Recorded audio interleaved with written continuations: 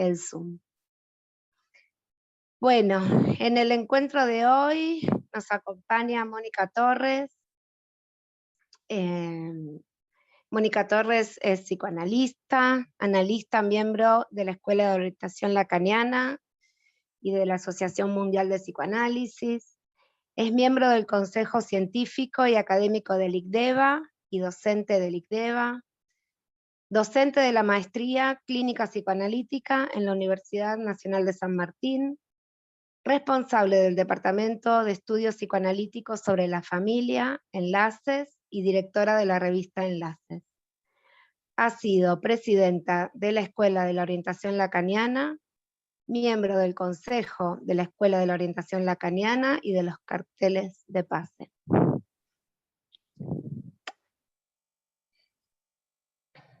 En el día de hoy nos va a presentar una clase que ha titulado ¿Madre sola o solo madre? Así que primero vamos a escuchar su exposición y después vamos a dejar un tiempo al final para poder conversar con ella, ¿sí? Bueno, Mónica, te escuchamos. Muchas gracias.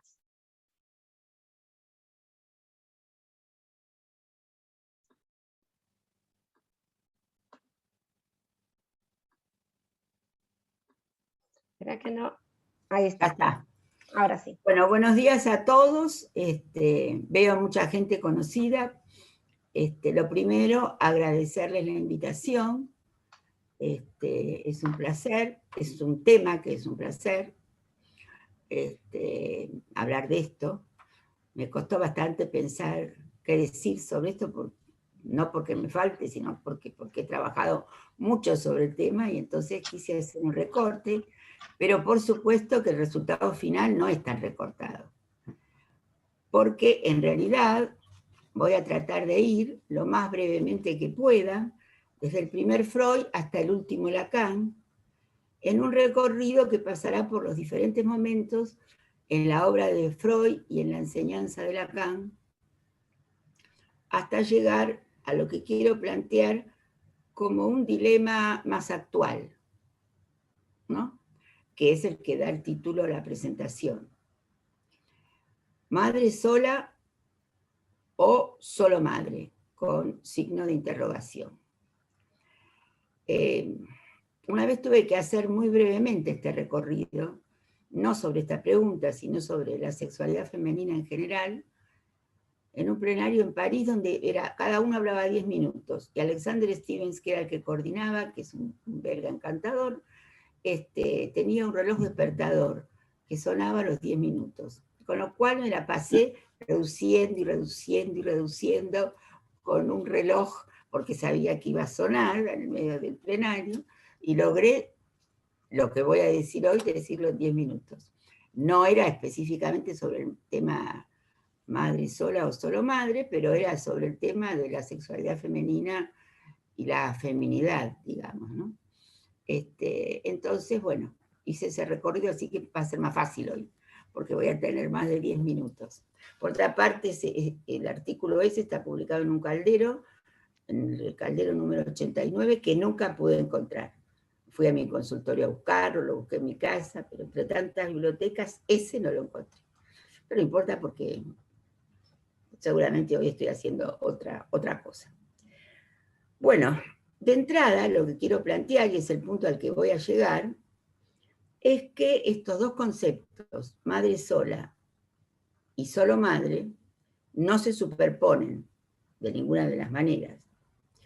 Porque madre sola puede estar referido a una familia monoparental, de una mujer sola con su hijo, por lo que sea, porque está separada del padre, del niño o la niña. Me cuesta un poco más trabajar, hablar en lenguaje inclusivo. Lo voy a tener que hacer porque voy a estar en las jornadas de la EOL que se van a llamar Lo femenino fuera de género.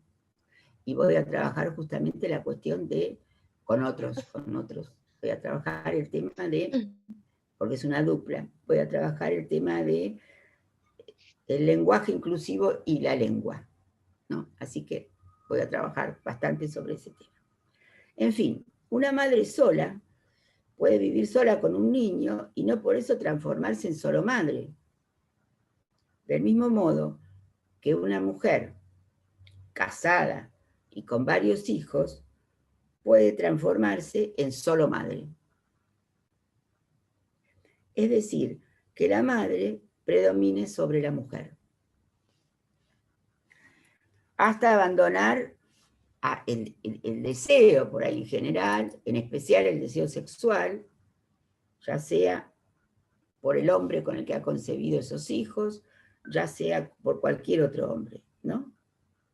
Porque predomina la cuestión de la madre sobre la mujer. Me parece un tema muy actual, ¿no?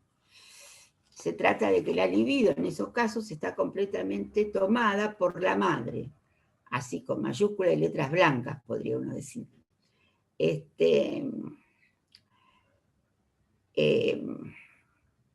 un tema, por otra parte, muy de nuestro tiempo eso. Quizás porque las madres actuales son hijas de una generación en la que muchas de nosotras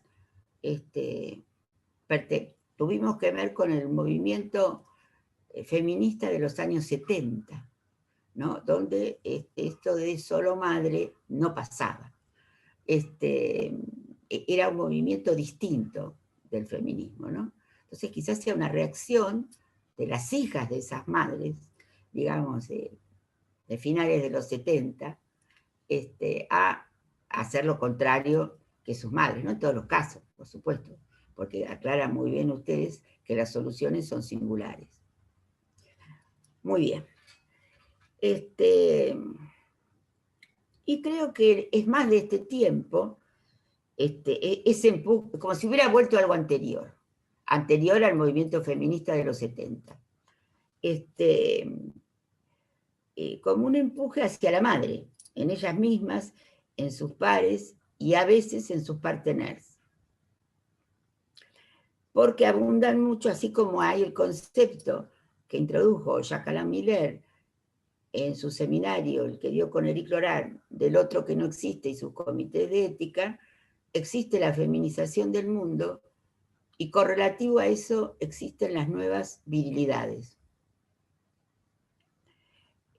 Como por ejemplo, el prototipo es el padre de Juanito, tal como lo trabaja Lacan en el seminario 4 sobre la relación de objeto, que para mí es el único seminario dedicado a la cuestión de la madre insaciable,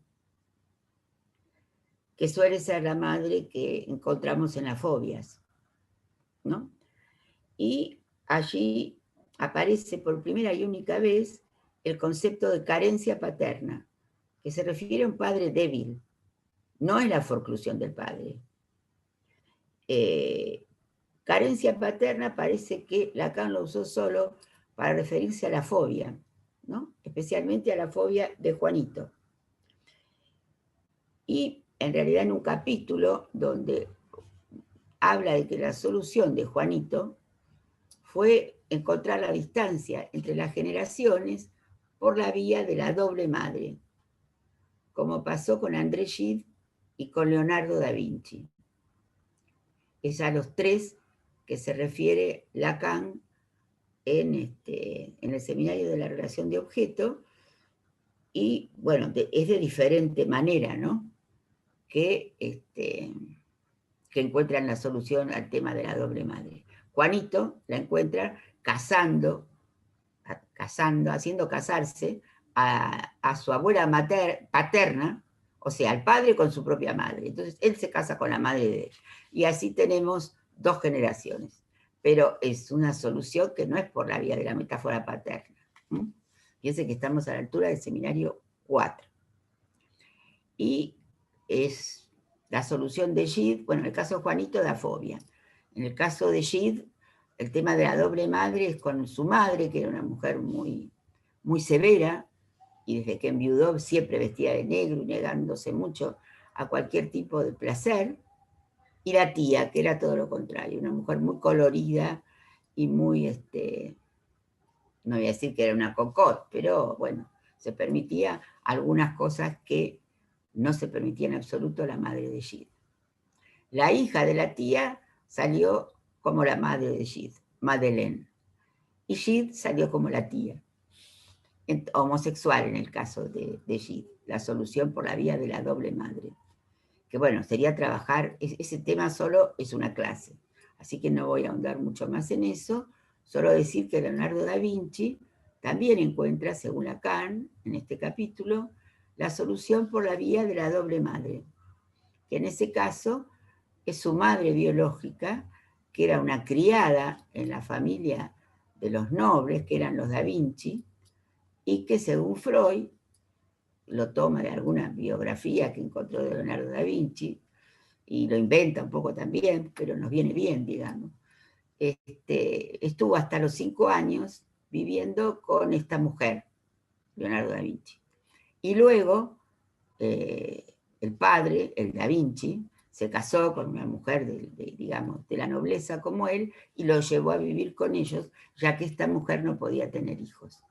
Con lo cual aparece todo el tema de la doble madre, que está muy trabajado por Freud en su texto Un recuerdo infantil de Leonardo da Vinci. Bueno, y esta solución, por la vía de la doble madre, da lugar a nuevas virilidades. En el caso de Juanito, fobia. En el caso de André Gide y de Leonardo da Vinci, homosexualidad. Y Lacan, allí, estamos hablando de los años 56-57, del seminario 4, da como lectura de verano, así una lectura simple, de un artículo de Koyev que se llama Un último mundo nuevo, que está referido a las nuevas virilidades, porque es el encuentro de ese filósofo tan sesudo, por así decirlo, con el cual Lacan estudió a Hegel, que se interesa de pronto por las novelas de una joven, muy joven, era Françoise Sagan, una novelista que después no fue famosa, no estuvo a la altura de una Marguerite Duras o de una Marguerite Yourcenar, pero tuvo un gran éxito con 2 novelas, Françoise Sagan, que fueron Buenos días tristezas, Bonjour tristesse, y Una cierta sonrisa, sobre el tema de las nuevas virilidades de ese tiempo, de fines de los años 50, y que en realidad ahí Lacan dice que son los hombres de la generación del 45, porque hay que pensar que en realidad Lacan fue joven después de la Primera Guerra Mundial, no después de la Segunda. Después de la Segunda, él tenía 50 y pico, ¿no? Y entonces él dice, habla, y Koyev también, no me voy a explicar aquí el artículo de Koyev, porque sería otra. Está en una revista de Cart, en la número 14, al que le interese. Y hay un artículo de Miller titulado Buenos días, sabiduría, que está en la revista Colofón, número 14, referido a ese texto. Lo que es sorprendente es que hable de nuevas virilidades a la generación del 45, que dicen, y dice Lacan, son esos hombres que esperan que las iniciativas vengan de la otra orilla. Para decirlo más claro, que las mujeres les bajen los pantalones. Bueno, en esos años, me parece que podría ser aplicado a este tiempo. Es algo que podríamos conversar luego, ¿no?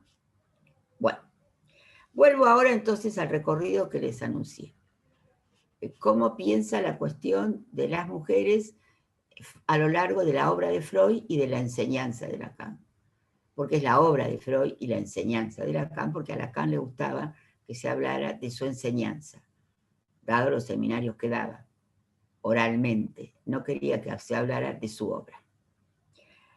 Bueno, ustedes seguramente conocerán los 3 momentos en la obra de Freud, referidos a la cuestión de, primero la histeria, y luego la feminidad, o la sexualidad femenina.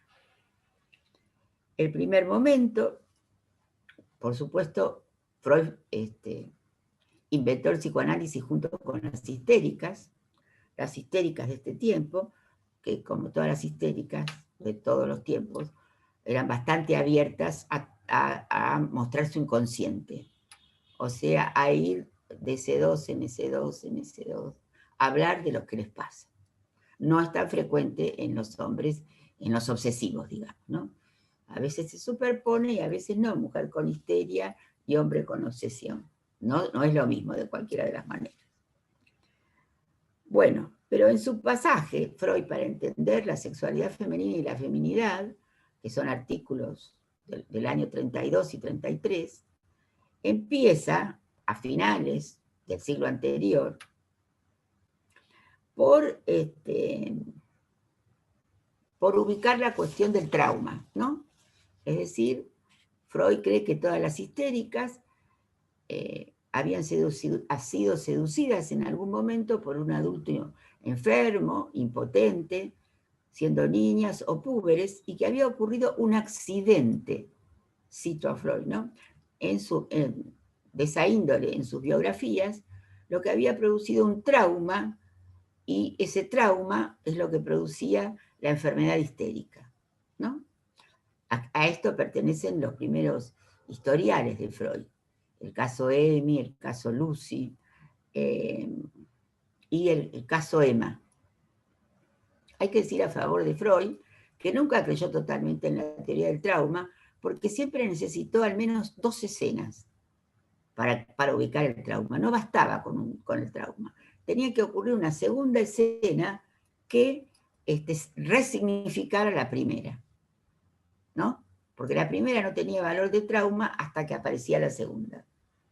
O sea que ya estaba el concepto de Aprecub o de Nachtracklich en alemán, que no pronuncio muy bien, o de, digamos, a posteriori. O sea, como que el tiempo gira al revés que las agujas del reloj, cosa que está muy desarrollada después por Lacan en el tiempo lógico y el acerto de la certidumbre anticipada. O sea que ya Freud había entendido algo de la cuestión esta entre el instante de ver, el tiempo de comprender y el momento de concluir. Entonces a mí me parece que necesite 2 escenas ya habla de que no está en la teoría del trauma como podría estar Charcot, ¿no? Los prefreudianos. Y después los postfreudianos, por supuesto. Bueno, hay un segundo momento en la obra de Freud en que le escribe a su amigo Fliess: mis histéricas me han engañado. Es la famosa carta 69 a Fliess, donde dice que no podía ser que todas hubieran sido seducidas en la realidad. Y entonces pasa de la teoría del trauma a la teoría de la fantasía. Es decir, que en realidad todas tienen una fantasía de seducción, que no necesariamente ha ocurrido, que muchas veces no ha ocurrido. Y que en realidad esto va a tener conexión, esta fantasía va a tener conexión con lo que nosotros vamos a llamar con Lacan el fantasma, ¿no? Esta escena de seducción. La fantasía es correlativa del concepto de pulsión, ¿verdad? Y es la época en que Freud está pensando en lo que yo voy a llamar el complejo padre.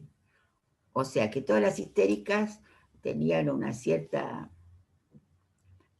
una cuestión bastante importante con el padre, cosa que en efecto era así y sigue siendo así en muchos casos. Y o sea que había un Edipo positivo, digamos, ¿no? Que explicaba la fantasía de seducción en la niña o incluso en mujeres jóvenes. A esta época, la de la fantasía, la pulsión que la acompaña, pertenece, y el complejo padre, la voy a llamar la época del complejo padre, pertenece el famoso caso Dora, que Lacan ha trabajado de diferentes maneras a lo largo de su enseñanza, comenzando por la intervención sobre la transferencia, pasando por el seminario 17 y el 5. Primero por el seminario 5, luego por el seminario 17, en el recorrido de Lacan que va de la histeria a la feminidad. de diferente manera. En 1905, Freud lee todo el caso Dora a partir del complejo padre. Voy un poco rápido porque tengo que llegar. La tercera época en Freud sería aquella que es la del codo de los años 20, y en la que yo voy a llamar, siempre porque me estoy refiriendo al tema del pasaje de la histeria a la feminidad, ¿verdad? Entonces la voy a llamar esta tercera época la del complejo madre, porque es cuando él descubre la importancia del lazo preedípico de las mujeres con sus madres, cosa que no había captado en su momento. A esta época pertenecen los artículos que toma Lacan en su artículo La significación del falo, en su escrito La significación del falo, que son, por ejemplo, algunas consecuencias psíquicas de las diferencias sexuales anatómicas, el sepultamiento del complejo de Edipo, así como la feminidad y la sexualidad femenina. También la nota a pie de página del caso Dora, que es de 1923, donde él dice no haber visto en aquel momento, y es parte de su gran error con Dora, no haber visto lo que él llama en la nota a pie de página, la corriente homosexual entre Dora y la señora K. Que en verdad no es una corriente homosexual, ¿no? Es la necesidad que la histérica tiene de la otra mujer. Y el juego que se daba entre los cuatro personajes, ¿no? El padre, Dora, la señora K y el señor K. Cosa que Freud no ve y por eso Dora deja el análisis. Bueno, también habría que incluir aquí los textos Los que fracasan al triunfar, donde da el ejemplo de dos mujeres, Lady Macbeth y la Rebecca West de Ibsen, textos de los que no voy a poder desarrollar hoy aquí, pero que son muy importantes porque ubica algo del super yo en relación a las mujeres, ¿no? Cuando a la vez decía que las mujeres tienen un super yo más débil porque el sepultamiento del complejo de Edipo nunca se sepulta del todo, y por ende, como el super yo es el heredero del complejo de Edipo, entonces las mujeres tendrían un super yo más débil. Porque él tiene dificultades para decir cómo las mujeres salen del Edipo, ¿no? También podríamos incluir un caso de paranoia contrario a la teoría psicoanalítica, porque es aparentemente contrario a la teoría psicoanalítica, porque parece que el perseguidor es un hombre, pero finalmente se va a develar que la verdadera perseguidora es la jefa de ella, y por ende un sustituto de la madre. Bueno, pero aún en esta tercera época no concibe la salida normal, porque Freud habla de normalidad, no así Lacan, que a la normalidad la llama, juega en francés con normalidad y norma macho. La salida normal para la niña, para la mujer, siempre es la maternidad, porque es la que realiza la ecuación niño igual falo. Y las otras dos soluciones son la homosexualidad o la represión. Entonces la mejor de las salidas es la maternidad, ¿no? Y esa viene a ser su respuesta a lo que se llama la organización genital infantil, y que nosotros podemos llamar mejor la organización fálica infantil. Pero la salida es siempre por la madre. Este es un breve recorrido que he hecho, imagínense, por toda la obra de Freud y sus referencias a la cuestión de este trayecto entre, digamos, la histeria y la feminidad. Voy ahora a hacer el mismo recorrido en Lacan. Lacan hace también un largo recorrido desde la histeria a la posición femenina. Que por otra parte es el recorrido que se produce en general en el análisis de una mujer, ¿no? Que suele ir de la histeria a la posición femenina en el mejor de los casos. Bueno, comienza con un escrito, el escrito sobre Dora, Intervención sobre la transferencia, donde tenemos un Lacan muy hegeliano y donde se producen varias inversiones de la verdad, como él la llama. Inversiones que son dialécticas, tanto el concepto de verdad como el de dialéctica pertenecen a Hegel. Es una época de un Lacan muy hegeliano, ese que estudiaba al Hegel de Coyen. Bueno, allí muestra muy bien cómo él aloja a Dora, en un principio admitiendo que el padre es un mentiroso, porque si no Dora no se hubiese quedado en el análisis. Empieza bien Freud con Dora, pero termina mal. Porque todavía cree que hay complementariedad entre los sexos, ¿no? Bueno, entonces tenemos Intervención sobre la transferencia, luego pasamos por su época que tiene que ver con lo que Miller, ubicando los paradigmas del goce en la enseñanza de Lacan, llamó la significantización del goce. ¿Voy muy rápido? Jimena, Romina, ¿voy muy rápido? ¿No? Bueno, gracias. No. Muy bien. Porque estoy haciendo un poco resumido, no puedo desarrollar todo esto porque no me daría el tiempo. Bueno, en la significación del falo y en su seminario 5, ¿no? Sobre las formaciones del inconsciente, donde está el grafo del deseo, y aparecen los conceptos de nombre del padre,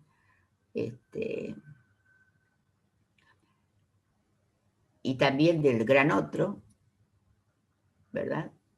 Y son el falo, el gran otro, el nombre del padre, son conceptos que son muy de esta época, y que podríamos llamar con Lacan a que la salida para la histeria es en realidad lo que podríamos llamar la salida por el deseo, cuando le es posible a la histérica superar algo de lo que Lacan llama en el seminario 5 el deseo insatisfecho de la histérica. Siempre es el deseo insatisfecho de la histérica, como es el deseo imposible del obsesivo. Todavía está en el seminario 5 Lacan con Hegel, pero ahora en realidad está tomando otra cosa diferente de Hegel, ¿no? Está tomando la dialéctica entre el deseo y la demanda, y mostrando cómo el deseo es inversamente proporcional a la demanda. Es decir, que el deseo y la demanda se llevan muy mal, cosa que realmente a veces es muy difícil que una mujer o una histérica en análisis pueda ver.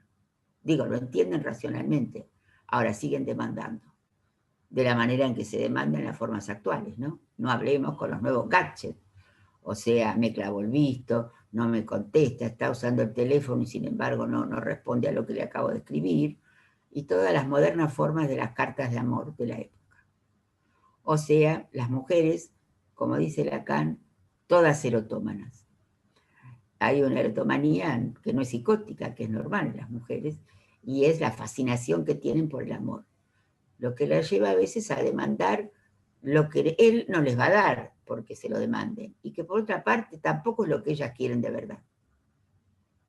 Porque habría que ver si las histéricas quieren realmente lo que dicen querer, porque hay un problema entre el yo quiero y el deseo inconsciente, ¿no? Que en eso transcurre un análisis. Porque todas dicen que quieren una pareja, pero no actúan muchas como si lo quisieran tener, como si quisieran tener. Todas no, casi todas, nunca todas. Bien. De la misma época, 1958, es La dirección de la cura, donde nos habla de la bella carnicera, en el punto 5 de la dirección de la cura, que se llama Hay que tomar el deseo a la letra, donde habla de la bella carnicera y de su astucia para encontrar una solución, que sigue siendo histérica, pero es astuta, al problema de la histérica, ¿no? Es una solución diferente a la de Dora, porque la de Dora es muy sufrida. Pero en realidad es una solución al mismo problema que tienen ambas. ¿Qué cuál es? Convertir al hombre del goce en el hombre del deseo. En el caso de la carnicera, como su nombre lo indica, su marido era un carnicero, o sea, la amaba, la deseaba, quería todo con ella, aparentemente. Le gustaban gorditas como era ella, le gustaba a ella. Pero este aquí que la carnicera escucha algo de que le gustó también el trozo de trasero, ¿no? Diciendo que cualquier trozo de trasero de una muchacha sería más interesante de pintar que su cabeza, la del carnicero, porque un pintor le ofreció pintar su cabeza, y ahí escuchó la histérica con su astucia que le podía gustar cualquier trozo de trasero, porque la pulsión es parcial, y que no era tan cierto que todo el carnicero lo saciara con ella. Entonces hace intervenir en la escena, a través de un sueño, a la amiga flaca. Y empareja y transforma por la vía de introducir una cena con la amiga flaca, transforma, podríamos decir, al hombre del goce, que era el carnicero, en el hombre del deseo, que desea a la otra mujer, pero que a ella la desee más, que es lo que quieren las histéricas en general. Necesitan la otra mujer para ser más deseadas que la otra mujer. En el caso de Dora, ella no tenía que armar con un solo hombre el hombre del deseo y el hombre del goce, porque tenía dos. Tenía al señor K, que es el hombre del goce, y al padre, que es el hombre del deseo, el antiguo combatiente, como dice en el seminario 17. Cuando el señor K se vuelve muy el hombre del goce, y es en la escena del lago, donde le dice mi mujer no es nada para mí, entonces ella le da una cachetada y sale corriendo, y ahí es cuando se arma el escándalo, cuando hasta ese momento había sostenido los arreglos que había entre los cuatro. Porque ella no puede enfrentarse al hombre del goce, ¿no? Porque a un hombre que solo la quiera a ella. Ella necesitaba que él desee a la señora K, pero que a ella la desee más que a la señora K. De la misma manera que hace la bella carnicera con la amiga flaca. Solo que como solo tenemos la pincelada del sueño de la hermosa carnicera lo hace con más astucia y menos sufrimiento, ¿verdad? Sin embargo, en ambas se trata de lo mismo, ya les digo, en transformar el hombre del goce en el hombre del deseo. Después, cuando conversemos, a lo mejor hay una pregunta sobre esto, la puedo explicar.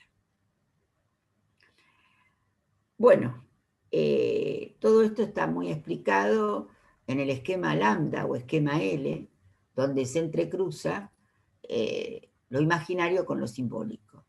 La relación imaginaria entre la bella carnicera con su amiga flaca en el eje A' y la relación de la hermosa carnicera con el marido, que va de ese mayúscula, es decir, desde el sujeto, al otro, al gran otro. O sea que la carnicera aparece en ese esquema, que está, ya les digo, en el punto 5 de la dirección de la cura, que se llama Hay que tomar el deseo a la letra. Aparece dos veces en el esquema lambda. Una en lo imaginario, con la amiga flaca, y otra en lo simbólico, dirigida al gran otro, que en este caso es su marido, a quien se las arregla con emparejarlo con la amiga flaca a través del salmón.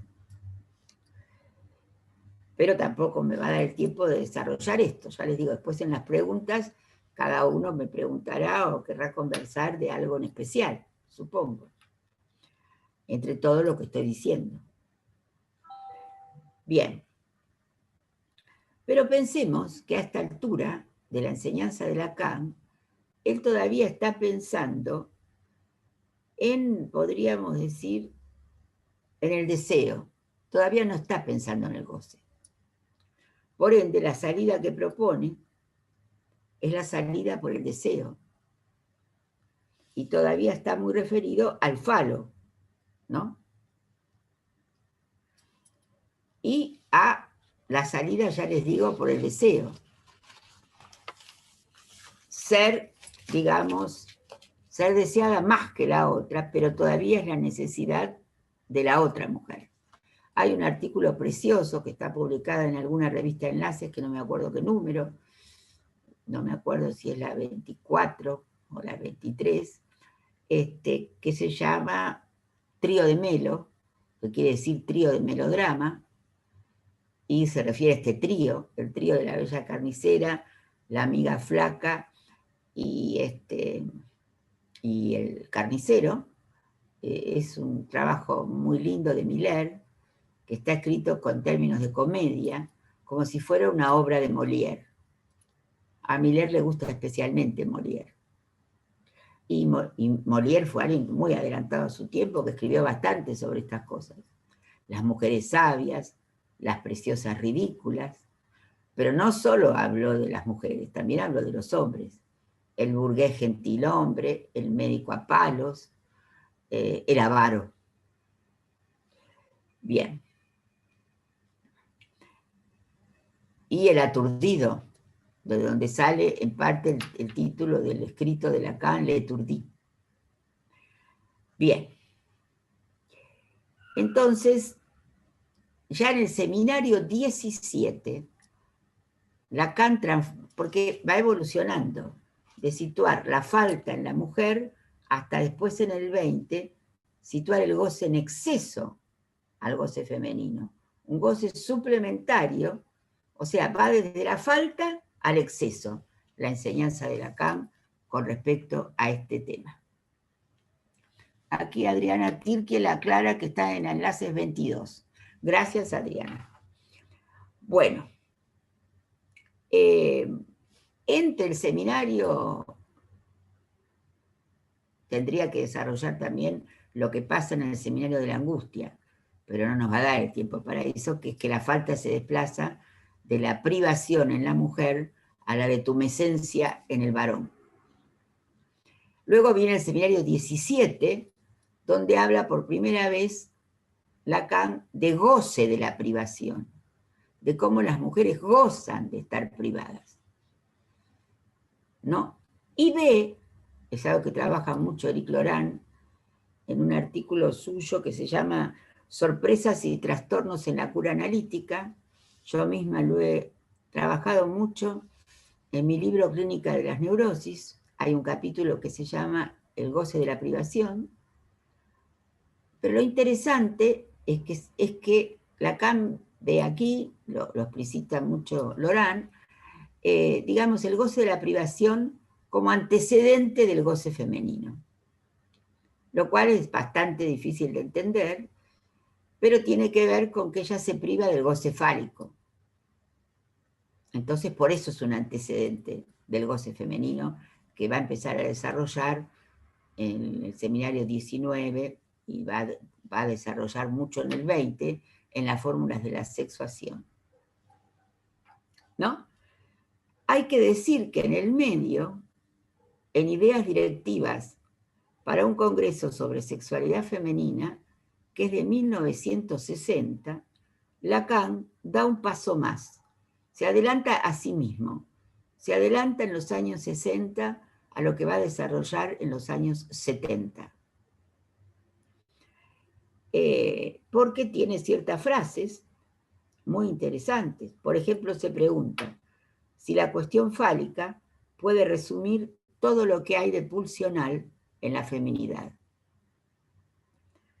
Y hay otro pasaje donde dice que la sensibilidad de abrazo tiene que transformarse en sensibilidad de vaina sobre el pene. ¿No? O sea, la cuestión de la sexualidad femenina. Y habla también del goce femenino como continuo, a diferencia del masculino que es discontinuo, ¿no? Eso ya es una diferencia importante y que prefigura lo que va a decir en los años 70. Y también tiene otra frase que se adelanta a su tiempo, porque dice que ella tiene que ser otra para sí misma como lo es para él. Es decir, en lugar de buscar la otra mujer, lo que hace, lo que haría ella es en proponerse ella como otra para sí misma. Pero ahí ya estamos en un proceso de curación de la posición histérica, ¿verdad? Esto podría ocurrir en un análisis. Entonces digo que esto ocurre en Ideas Directivas, que es de los años 60, anterior al seminario 17, que es de fines de los 60, ¿verdad? Que es donde habla del goce de la privación, y a los seminarios 19 y 20, donde plantea las fórmulas de la sexuación y el goce femenino como suplementario del goce masculino, digamos. No complementario, porque complementario nunca, suplementario, ¿verdad? Bien. Yo creo que aquí hay mucha confusión en la fórmula de la sexuación entre el goce femenino y la posición femenina. Porque la posición femenina no es el goce femenino. La posición femenina se ubica, si ustedes pueden recordar la fórmula de la sexuación, en el la tachado, porque es una por una, las soluciones singulares de las que habla este curso, ¿verdad?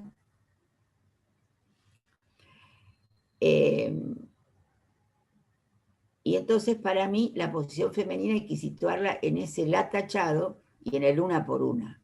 Y no en el ese de atachado, que es donde sí se situaría el goce femenino. Porque ella está como no toda.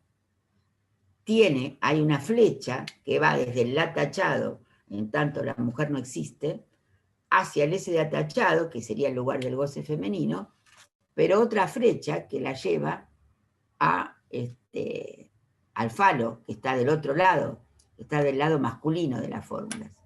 Podríamos llamar lado valor mujer y lado valor hombre, porque cualquiera sea el sexo biológico de un ser hablante, dice Lacan, puede ubicarse de un lado o del otro de las fórmulas de la sexuación.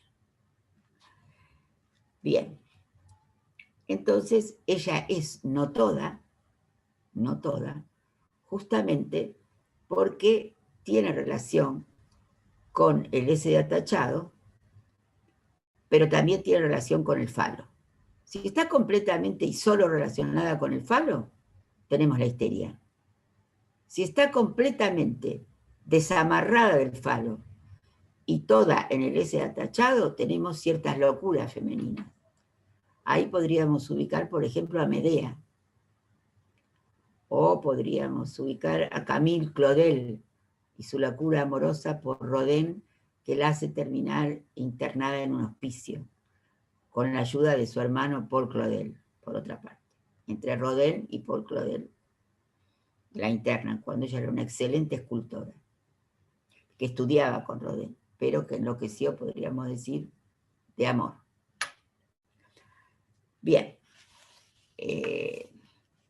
Esta locura femenina es cuando ella está toda fuera del goce fálico. Por eso ella es no toda en el goce fálico, pero también no toda en ese otro goce. Se relaciona a la vez, estoy hablando a la altura del seminario 20, ahora es que hablamos de la feminidad. Se relaciona a la vez con el falo, del que si se desamarra del falo puede entrar en una locura, y si se está solo amarrada al falo, es la histeria. Entonces la teoría del no todo tiene que ver con la tachado, acá hay que reemplazar por el una por una.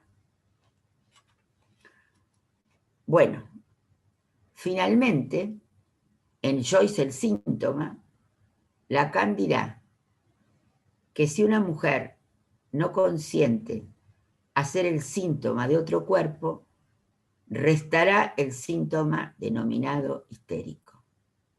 Si una mujer no consiente hacer el síntoma de otro cuerpo, restará el síntoma denominado histérico. Bueno, ahí lo tenemos a Lacan, yendo desde la teoría de la falta del lado del deseo femenino hasta el exceso en el goce femenino, ¿no? Pasando, uno podría decir, por el seminario de la angustia, que es el número 10, donde hace pasar la falta de la mujer al hombre, ¿no? Por la angustia de tumescencia en el varón. Es bastante importante ese pasaje.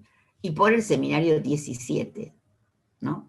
Donde ya ha inventado el objeto A y el plus de goce. Y además ha inventado un discurso que es el discurso histérico. El discurso de entrada en análisis es el discurso histérico para cualquiera, ¿no? Para el obsesivo también, hay que histerizarlo para que entre en análisis. Hay que perturbar la defensa lo suficiente como para que pueda entrar en análisis. Casi siempre lo hace una mujer, que suele ser la que le insiste en que se analice. No digo siempre, y por supuesto no estoy hablando de los hombres que son psicoanalistas. Siempre es no todo, ¿no? Bien, eso es importante. Bueno, después yo podría agregar que el régimen de este goce femenino se extiende a la teoría del goce en general en Lacan. De manera que el fin de análisis, también para los hombres, los hace pasar por la posición femenina, aunque eso no lo feminiza en el sentido de la homosexualidad de ninguna de las maneras, ¿no? Sino que es la posición del no todo la que se generaliza. No, en el ultimísimo Lacan. Yo no puedo leer, no puedo leer aquí el chat, porque si no, pero supongo que ustedes lo están leyendo, cualquier cosa. Después en las preguntas vemos si hay alguna en el chat. Bien.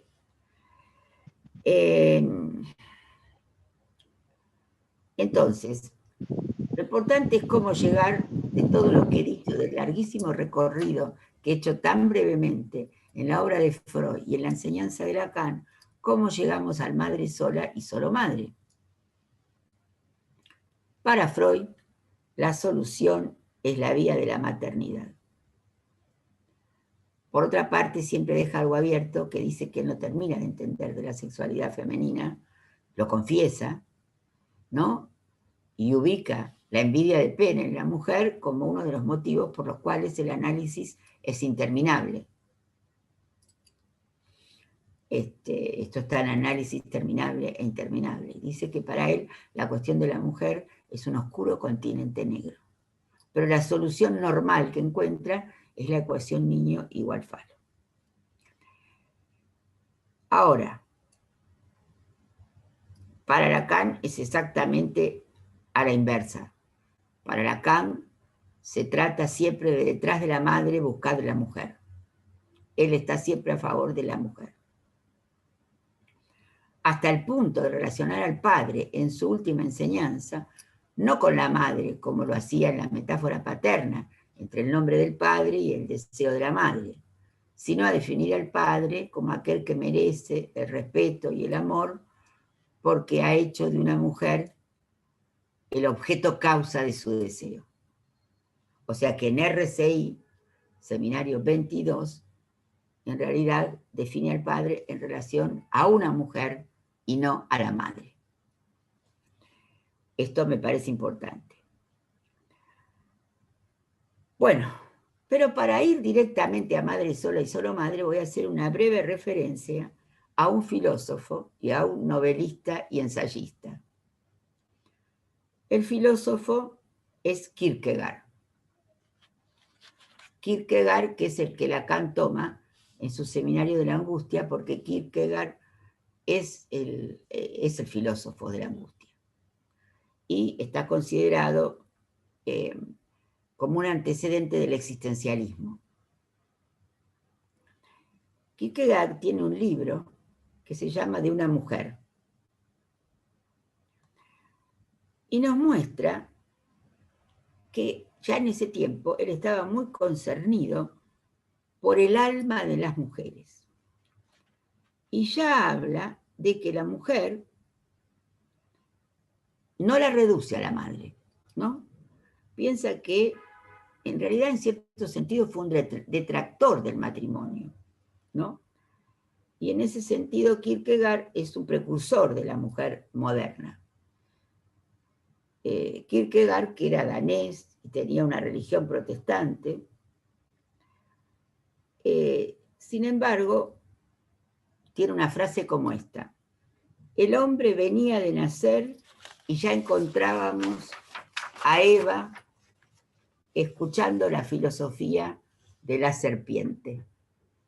¿No les parece una frase maravillosa? El hombre venía de nacer y ya encontrábamos a Eva escuchando la filosofía de la serpiente.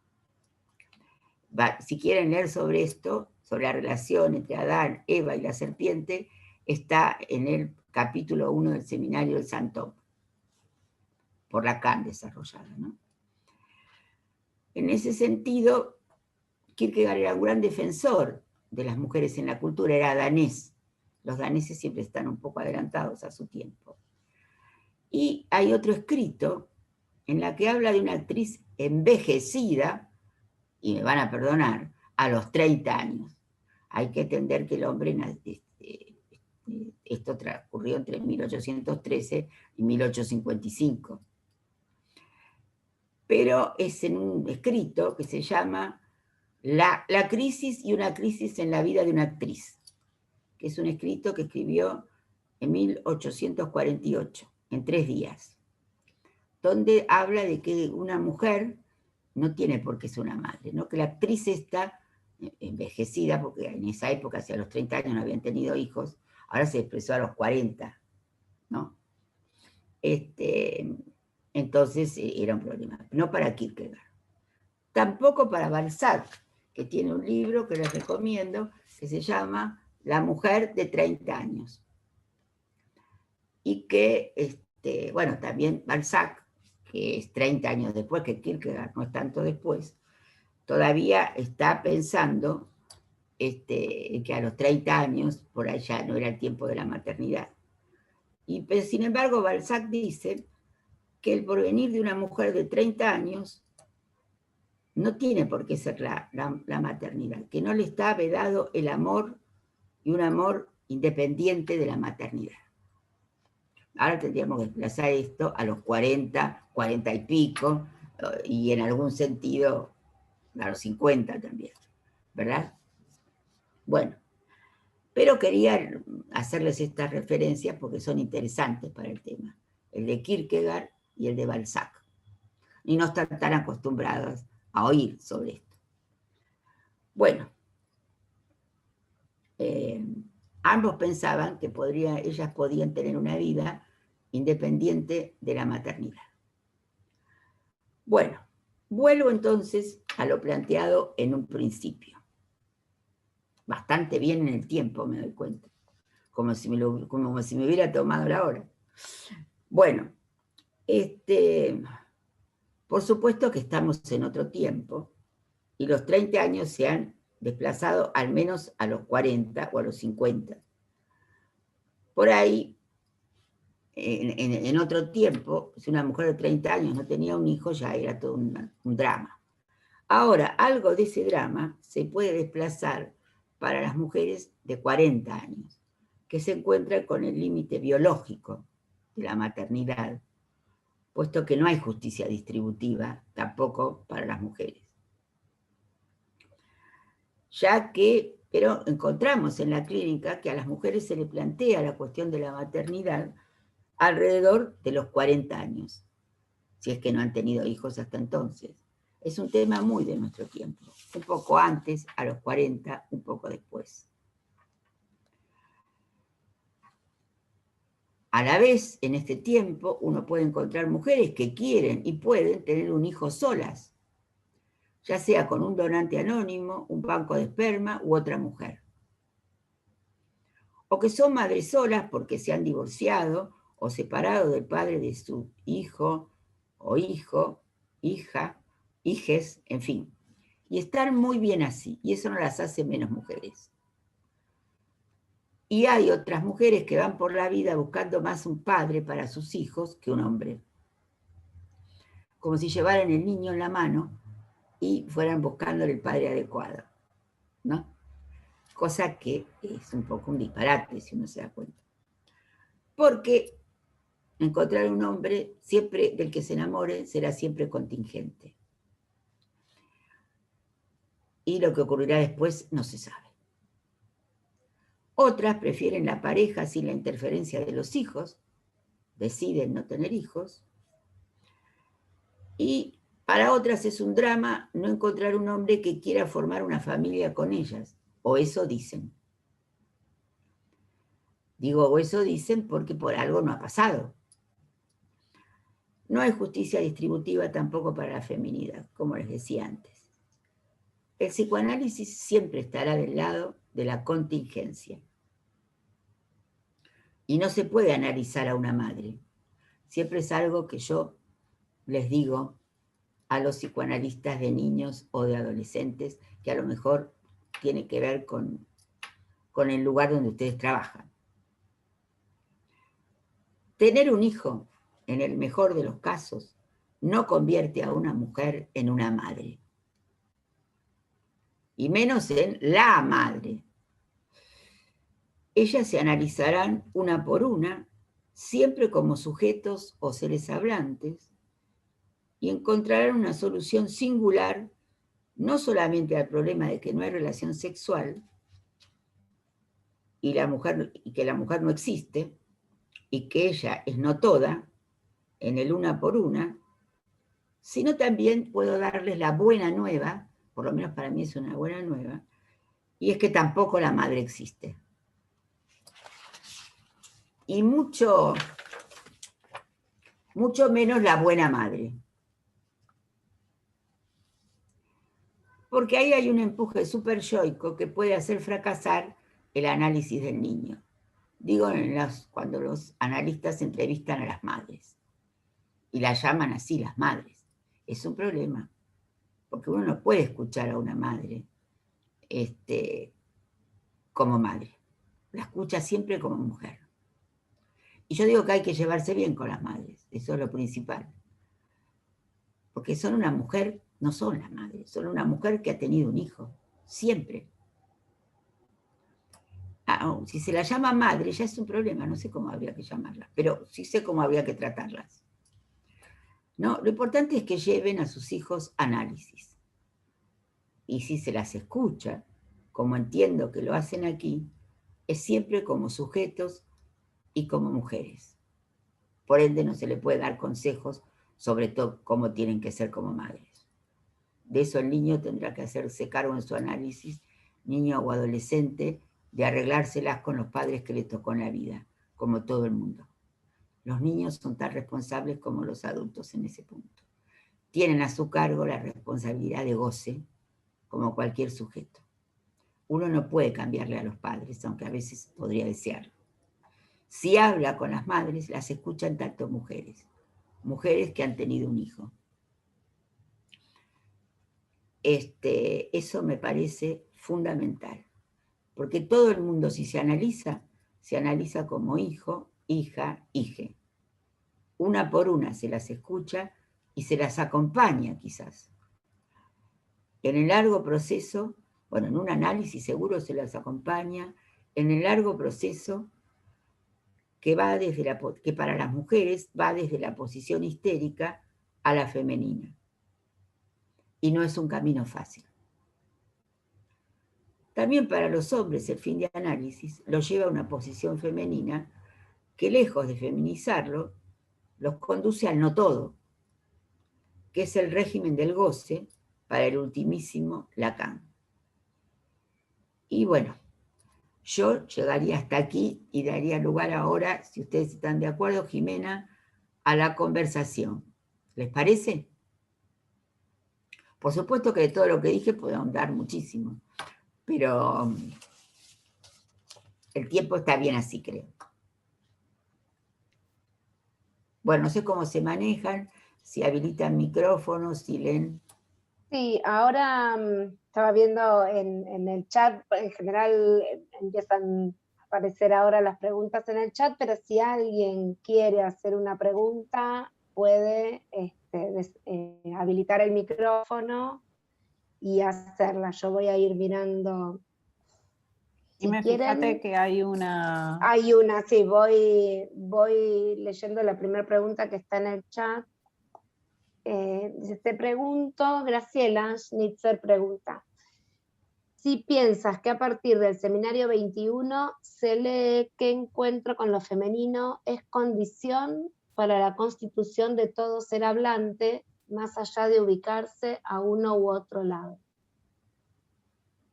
No sé. Bueno, es Graciela Schnitzer. Sí. Bien, ella trabaja el tema y nos conocemos, o sea que está bastante al tanto. Su pregunta es del ultimísimo Lacan, por así decirlo.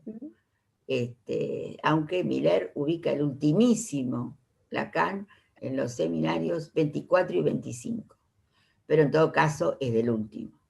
Sí, sí, yo creo que en realidad lo femenino, que sería el no todo, es el régimen del goce tanto para hombres como para mujeres, porque es el punto del no todo. Por otra parte, hay que subrayar que este ultimísimo Lacan habla de que el goce siempre es del uno, nunca es del otro. Pero ese goce del uno es de esperar que un hombre en su fin de análisis encuentre una salida para el goce y sea capaz de gozar del cuerpo todo de una mujer, y no solamente del órgano, cosa que Lacan ya explicita en las fórmulas de la sexuación de manera bastante dura, ¿no? Yo lo puedo decir porque lo dijo Lacan. Dice que el hombre, si goza solamente del órgano, es el goce del idiota, porque es un goce masturbatorio. Y no le permite el acceso al goce del cuerpo todo, que es siempre lo que pide una mujer, en el mejor de los casos, ¿no? Una mujer deseante. Porque si no piden más palabras de amor que poner el cuerpo, digamos. Igual palabras de amor siempre piden, pero es de manera diferente cuando está en juego el cuerpo que cuando no está en juego el cuerpo. Que en ese caso es histeria. Igual todas las mujeres necesitan las palabras de amor. Las que además gozan, necesitan también de que sea su cuerpo todo el que participe, ¿cómo llamarlo?, del acto sexual. Y un hombre, cuando es capaz de eso, está en cierto sentido, no solo en eso. Cuando está en el régimen del no todo, que es difícil para los hombres porque están más obnubilados por la presencia del falo, ¿no? Entonces es difícil para ellos sustraerse de eso. Pero muchos lo logran, sobre todo los que se analizan. Y sobre todo los que además de analizarse son psicoanalistas. Pero no solamente, los artistas también. Hay algunos que llegan a eso sin necesidad del análisis. Hay artistas que llegan a eso sin necesidad del análisis, cosa que explicita muy bien Lacan en el homenaje a Marguerite Duras. Bien. O sea que diría que sí a lo que me pregunta Graciela. Bien. Bueno, obvio, Mónica, hay un montón de saludos y gente que comenta lo excelente de la clase, agradecimientos. Bueno, preguntan también si podés ampliar un poco lo que hablaste en relación a transformar el hombre de goce en el hombre del deseo. Esa es una pregunta que siempre espero. Ajá. Así que está bueno que llegó. A ver, cuesta entender qué es el hombre del goce, ¿no? El hombre del goce es el que quiere gozar del cuerpo de una mujer.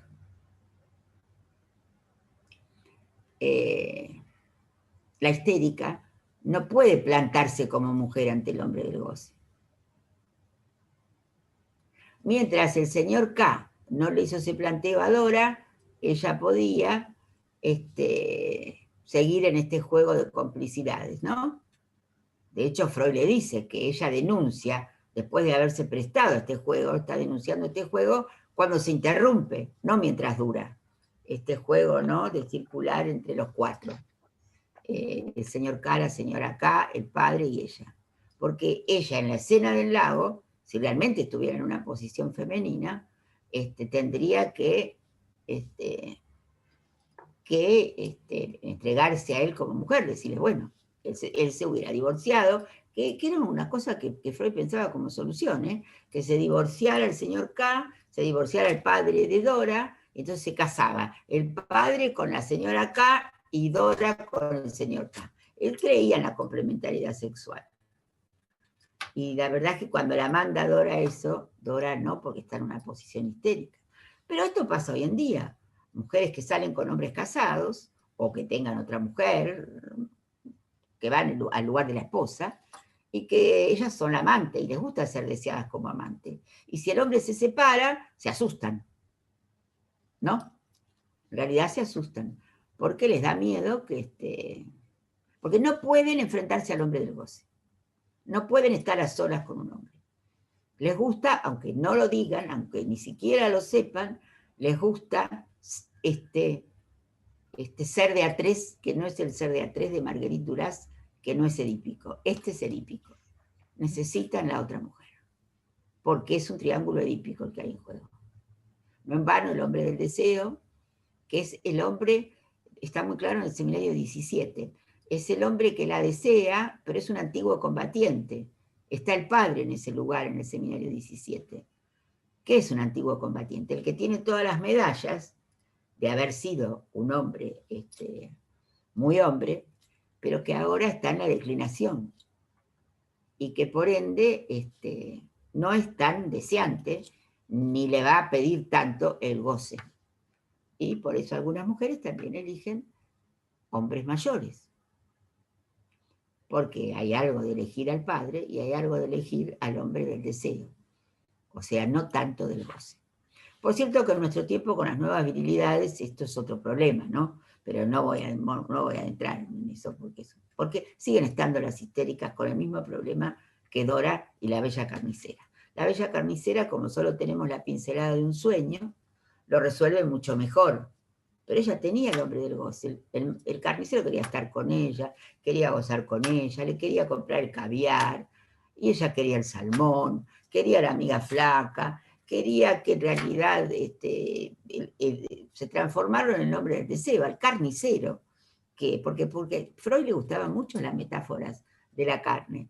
Se ve mucho también, pueden leerlo en el seminario 5, les recomiendo, en Los sueños de agua mansa. Las aguas mansas son esas histéricas que nosotros llamaríamos mosquita muerta. No es la histeria ofensiva que va de frente, es la histeria defensiva que baja los ojos, sigue habiendo, ¿eh? Y entonces, bueno, son dos clases de histeria, pero en los sueños de agua mansa, porque en español se dice las aguas mansas, porque en realidad dicen que hay que cuidarse más del agua mansa que del agua brava, porque uno al agua brava, dicen los españoles, la ve venir. Es un refrán español. En cambio, el agua mansa uno se va metiendo, se va metiendo, se va metiendo y se ahoga. Y son los sueños de una señora que es un agua mansa y que, como la carnicera, nunca encuentra nada en la carnicería, ¿no? La carnicería siempre está cerrada. Y ahí Freud hace una interpretación para decir que en realidad está referido a la sexualidad esto de la carne. Porque hay un vulgarismo, viene cita a pie de página de Los sueños de agua mansa, que dice que cuando un hombre tiene la bragueta abierta, tiene la carnicería abierta. Acá se decía, no sé si se sigue diciendo, la farmacia abierta. Nunca entenderé por qué, me parece mejor carnicería que farmacia. Pero bueno, querría decir, él cree que las histéricas, en realidad, de agua mansa, tienen un deseo sexual. Y lo que Lacan dice es porque hay una escena en la que ella está hablando de ustedes que está hablando de que no se quiso sacar la chaqueta en la casa de unos amigos y se está tocando en la sesión los botones de la chaqueta. Y entonces Lacan dice, en realidad se trata más de lo que no hay debajo de la chaqueta que de lo que hay. Porque lo que no hay es el falo, que nadie lo es ni lo tiene. Bueno, es una aproximación a un tema muy interesante que podría llevarnos bastante tiempo, ¿no? Pero basta decir que hay que estar en una posición femenina para querer estar con el hombre del goce. La posición histérica prefiere siempre al hombre del deseo. Mantenerlo ahí. Lacan en otro seminario, el seminario 16, que no está tan trabajado, pero yo lo trabajo mucho con el seminario de Miller Extimidad, porque es el seminario sobre la extimidad, del otro con mayúscula el objeto A, quiere decir de un otro al otro. Habla de que la histérica se rehúsa al goce porque piensa el goce como un absoluto. Entonces lo piensa de manera tan absoluta que prefiere quedarse en el deseo, ¿no? Porque por otra parte el deseo alarga la cuestión. Y podrían tener ya miedo, como dice Miller, en la erótica del tiempo, a pájaro que comió voló. Pero no es yo creo el verdadero miedo de las histéricas. El verdadero miedo de las histéricas es estar a solas con el hombre del goce, porque no puede. Hay que estar en una posición femenina para eso, para poder estar con el hombre del goce. Me parece que hay una manito levantada de Viviana Vega, no sé si hay otra pregunta. Sí, te iba a decir justamente, leo 2 preguntas más que están en el chat y después está Viviana Vega que levantó la mano para hacer una pregunta. Ok.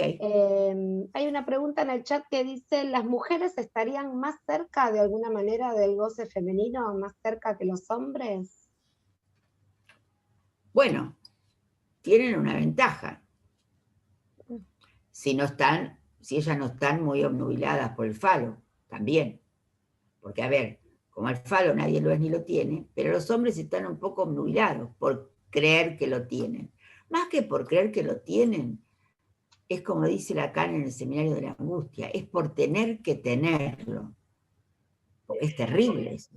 Tener que tener al falo cuando lo que tienen es el pene. Y el pene no es el falo, puede fallar. Esta es la angustia de tumescencia de la que habla Lacan. Pero es verdad que ellas, en tanto no estén demasiado alienadas a su cuerpo entero como falo. Porque la definición del amor, de la época esta de la significación del falo, amar es dar lo que no se tiene, el falo, es el hombre el que habla. Amar es dar lo que no se tiene, el falo, a alguien que no lo es. Porque ellas se erigen falo. Por eso es tan importante que las mujeres, por ejemplo, tengan el cuerpo en erección. Es decir, los senos se los operan porque tienen que aparecer como turgentes. Tienen que hacer mucha gimnasia para que todo el cuerpo esté permanentemente en erección, ¿no?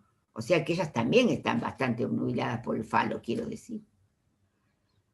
O sea que no para todas las mujeres es verdad que están más cerca de llegar al goce femenino que los hombres.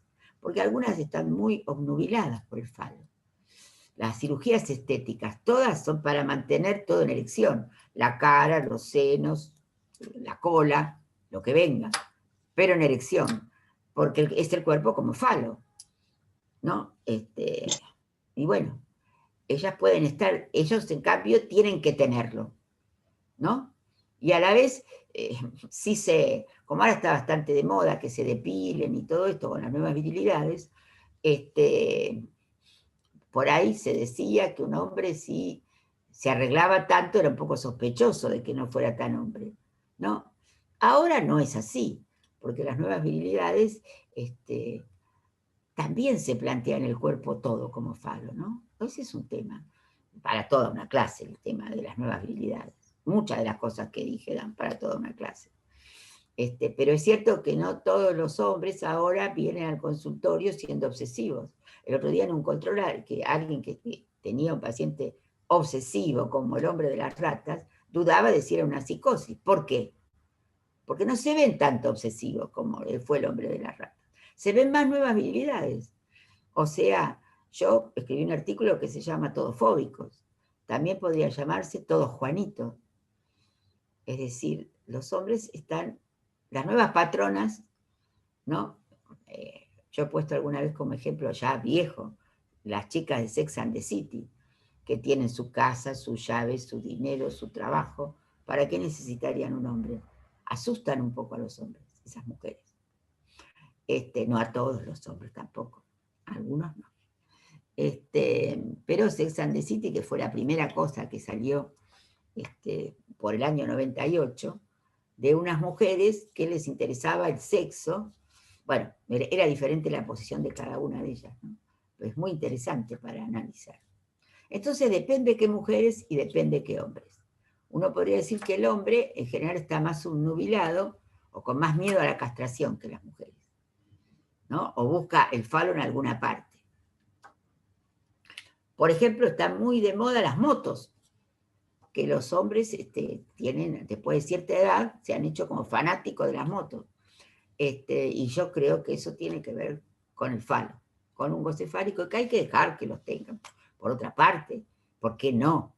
¿No? Que salgan con los amigos en moto, ¿por qué no?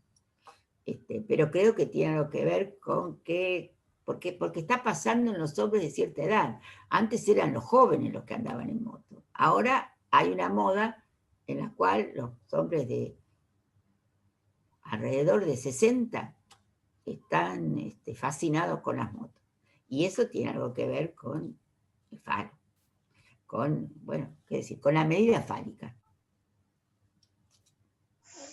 Bien. No sé si eso Gracias. contesta algo del asunto.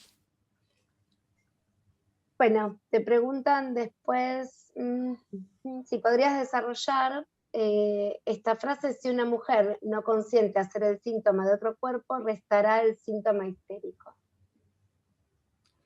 Bueno, esa frase, que es una frase muy linda, está referida a que ella tiene que consentir al hombre del goce.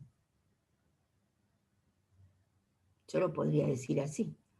O sea, plantearse como síntoma de otro cuerpo, porque en general son las mujeres las que son el síntoma de los hombres. Algunas mujeres, esto lo desarrolla Lacan en un escrito que es la respuesta a Marcel Ritter, si ustedes lo quieren trabajar. Ahí dice Lacan, ahora está creo en los otros escritos. Ahora dice Lacan, hay muchas traducciones de esto, yo voy a decir la mía, del francés, ¿no? Algunas mujeres, y no importa cuáles, es decir, importa cuáles, es una doble negación, y no importa cuáles, me han venido a decir que para ellas el hombre también es un síntoma, es su síntoma, ¿no? ¿Pero por qué sería la mujer la que es síntoma del hombre? Porque después, cuando hablan en el seminario 24 del partener síntoma, que es una frase del seminario 24, que Miller desarrolla en su curso, el partener síntoma, en realidad valdría para ambos, porque el partener siempre sería, bueno, es ambiguo, ¿no? Podría decir que el partener es el síntoma de cada uno, y podría querer decir que el partener amoroso o sexual es un síntoma para ambos sexos. Pero en general es la mujer la que hace síntoma al hombre. ¿Por qué? Porque las mujeres tienen una mejor relación con su inconsciente. No están tan perturbadas por el delirio fálico del yo, que a veces tienen los obsesivos. Y entonces en el obsesivo, para llegar a histerizarlos, hay que perturbar la defensa. Las mujeres en general tienen una relación más fácil con su inconsciente. Entonces a veces les hablan a ellos como si fueran su inconsciente. Esto está en Leturdi, en el escrito de Lacan, Leturdi. Pero hay que tener cuidado con eso, porque está muy bien que le hagan síntoma a él. Pero hay que tener cuidado porque hay una delgada línea roja que separa que sean síntoma a que sean el super yo para un hombre. Es cuando dicen el pequeño hombrecito, ¿no? Del que habla Lacan en el seminario, no en el seminario, en el escrito L'Etourdi. Muy interesante. Si las mujeres son el síntoma es una cosa, que sean el super yo, cuando ella le dice, vete y sé hombre. Por ejemplo, ¿no? Cuando, no sé, casi chocan con otro coche, el hombre empieza a putear, pero no se baja. Entonces ella es muy capaz de decirle, bajate, enfrentalo, ¿no? Ve y sé hombre. Eso es el super yo, no es el síntoma. Eso es el super yo. Y les digo que hay una delgada línea roja ahí. Consejo a las mujeres. Ese. Bien. Veo 2 manitos levantadas. Ahora no sé, Jimena, si hay otra Ahora pregunta en el chat. sí. No, ahora era el turno de Viviana Vega, si querés. Alguien me Activar tu pregunta si el micrófono. escrito todofóbico, ¿dónde está publicado? Y la verdad es que no sé. Yo lo leí para unas jornadas y no me acuerdo si está publicado en algún lado. Es una de las preguntas que me estoy haciendo. De repente hay escritos míos que no sé dónde están. Si no está publicado, bueno, habrá que publicarlo. No estoy segura de que esté publicado. Es algo que yo hablé en unas jornadas, así como Miller dice todo el mundo es loco, es como que si yo dijera todo el mundo es fóbico. Ni digamos el tipo de pandemia, ¿no? Lo bien que le viene esto a los fóbicos. Están mucho más cómodos que los que no son fóbicos. Muy instalados en su fobia. Bien. Bueno, pregunto. Hola. ¿Qué tal? Gracias, Mónica, por la clase, hermosa clase. Quería hacerte una pregunta que, bueno, a ver si la puedo formular, que es si podríamos decir que lo materno, ¿no? Que el deseo materno es algo en la vida de una mujer que así como aparece en algún momento, también cae definitivamente. Digamos, si lo materno cae, ¿no? Eso te quería preguntar. Bueno, deseo materno. Yo ya tendría problemas con la frase deseo materno. Digamos que hay mujeres que quieren tener hijos.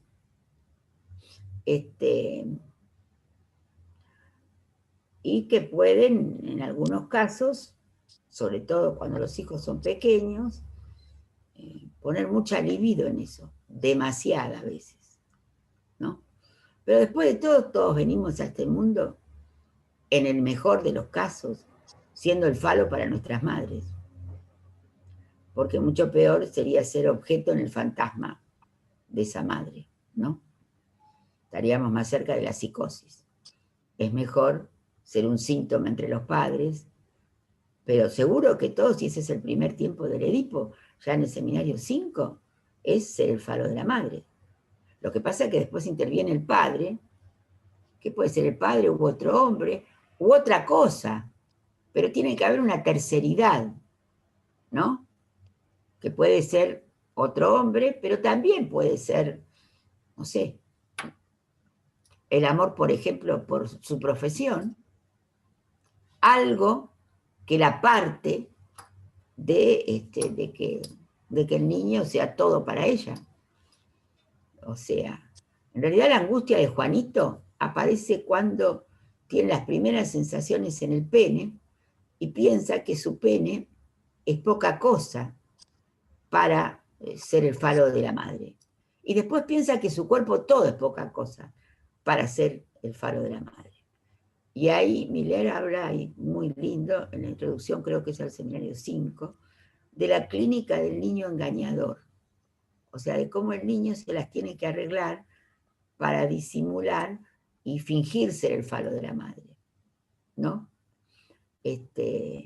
Pero para la madre es de esperar que el niño no sea todo. Aun si viene como falo para ella, que ella no se quede en eso. Que desee otra cosa que al niño. Por ejemplo, al padre, o a otro hombre, o a su profesión, o algo que haga una terceridad y que no deje al niño preso del deseo materno. Porque ahora voy a decir algo muy controvertido. todas estas corrientes actuales, de que los niños tienen que decidir todo solos, a qué edad dejan el lecho paterno, cuándo se destetan, los niños tienen que destetarse, y a veces hasta qué sexo tienen. A mí me parece que lejos de darle una libertad al niño, porque es el nombre de esa libertad del niño que se habla, lo que hacen es darle una enorme responsabilidad a los niños, que los niños no son capaces de cargar solos. Y no se dan cuenta. No se dan cuenta porque hay un empuje cultural a eso. A que los niños duerman con los padres hasta que les parezca. Y los niños no se van solos de la cama de los padres. Ellos no se pueden poner solos la ley. Son muy pequeños para eso, se les pide mucho. Creyendo que en realidad se hace el bien del niño, se lo responsabiliza demasiado. Y así los padres no se responsabilizan. Por ejemplo, no tienen que poner límites. El niño decidirá. Eso es muy antipsicoanalítico, muy antilacaniano. Y sin embargo, uno lo encuentra, ¿no? Lo encuentra en las mujeres, madres, y lo encuentra hasta en los padres, que por ejemplo no ponen mucho énfasis en separar. El padre que separa a la madre del niño es el padre del segundo tiempo del Edipo, que es el padre que dice no, que a la madre le dice no reintegrarás tu producto, y al niño le dice no volverás a la antigua clausura, porque si volviera es lo siniestro. Recuerden la inteligencia de Juanito, que cuando el papá, que era una nueva virilidad, una virilidad débil, y estaba muy enamorado de la madre, le decía, ¿tienes miedo de alejarte de mamá? Juanito contesta, no, tengo miedo de que siempre volvería. Y ahí Lacan es muy claro, dice que el temor no es la falta, sino que falte la falta. Eso ya está en el Forgá. Ir contra eso y no frustrar al niño es un disparate a mi gusto. Pero un disparate que está un poco de moda, y sé que lo que digo es un poco controversial, pero yo soy psicoanalista y lacaniana. Así que esto es lo que pienso. Podemos, si ustedes quieren, conversarlo. No sé si esto contesta. Hay mujeres que sí, que por ahí tienen su libido muy puesta en el niño mientras es pequeño. Y luego se desplaza esa libido. Y hay otras que no. Con todo, esto de no poner límites es muy de nuestro tiempo. Muy de nuestro tiempo. Este elogio de la libertad cuando sí creyéramos en la libertad. Ustedes saben que a Lacan no le gustaba el concepto ni de libertad, ni de igualdad, ni de fraternidad. Fraternidad, si lo que se desea es asesinar al prójimo, como ya está en el malestar en la cultura y que podemos ver muy bien en el tiempo que estamos atravesando. Si no, habría vacunas para todos en este mundo. Ahora estamos en la guerra de las vacunas, por decir algo actual. Bueno, estoy diciendo bastante muy actual, en realidad. No sé si esto contesta, Viviana, a tu pregunta. ¿Sí? Bueno, acá hay otra pregunta. Sí. Mónica, gracias. Hay una pregunta. Sí, soy yo, Carlos. Hola, Mónica. ¿Qué tal, Carlos? ¿Cómo le va? Bien, bien. Muy linda la clase, como siempre. Bueno, yo me quedé enganchado al principio de la charla, creo que está respondida por lo que dijo anteriormente. Esta solución, me llamó la atención, la solución de la doble madre. Hablamos de mujer, madres, hijos. El caso de Leonardo, el caso de Jeep, y esa salida a la homosexualidad. ¿Podría decirnos algo más sobre esto? Sí, bueno.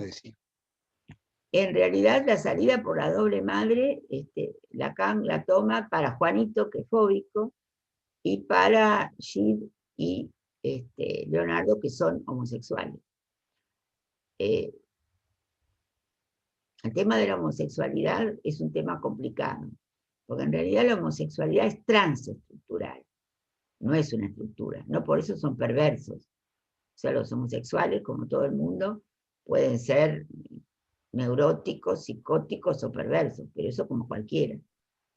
Pero es verdad que Freud en un recuerdo infantil de Leonardo da Vinci, que en realidad es un texto que habría que volver a leer siempre, porque en realidad lo que dice Freud es que Leonardo era un obsesivo, porque no se podía haber equivocado en pintar los frescos de modo tal que se descascaren, con todo lo que sabía Leonardo da Vinci, que había hecho por otra parte invenciones adelantadas a su tiempo, ¿no?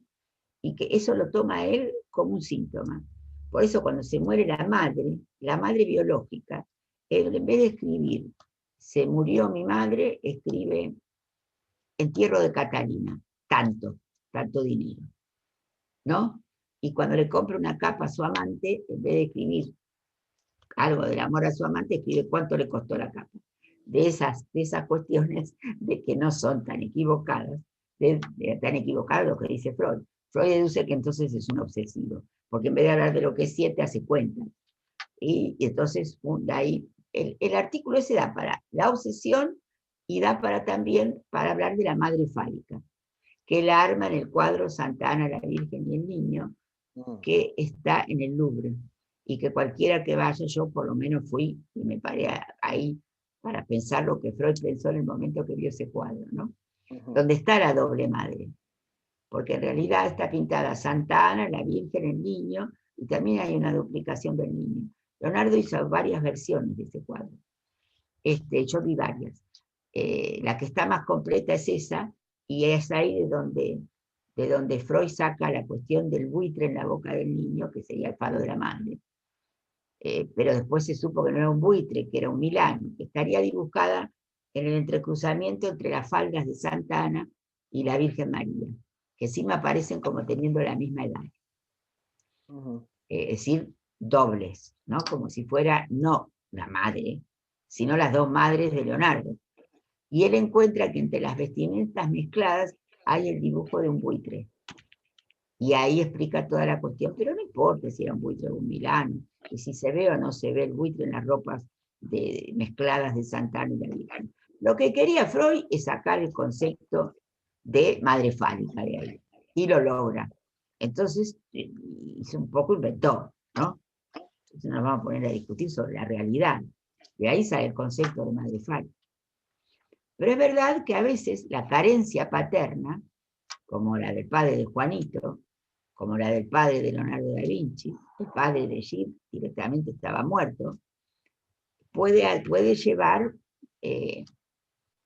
a la homosexualidad. ¿No? Para el Lacan de la época en que escribe Juanito, ¿no?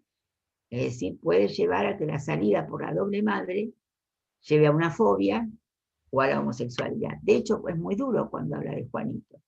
Eso está muy desarrollado en mi libro Clínica de las Neurosis, en un capítulo que se llama El enigma de la fobia, y que acá lo tengo, a ver si puedo citar una de las frases que cita terribles, que cita Lacan de Juanito, ¿no? Cuando dice que Juanito no tendrá jamás un padre, y que aunque figura en el régimen de las seguridades sociales, tampoco será del todo legítima su virilidad, ¿no? Porque está pensando la virilidad en términos de la obsesión. Por eso manda a leer para el verano este artículo de Koyev sobre las nuevas virilidades de las que escribía esta jovencita llamada Françoise Sagan, en el año 57.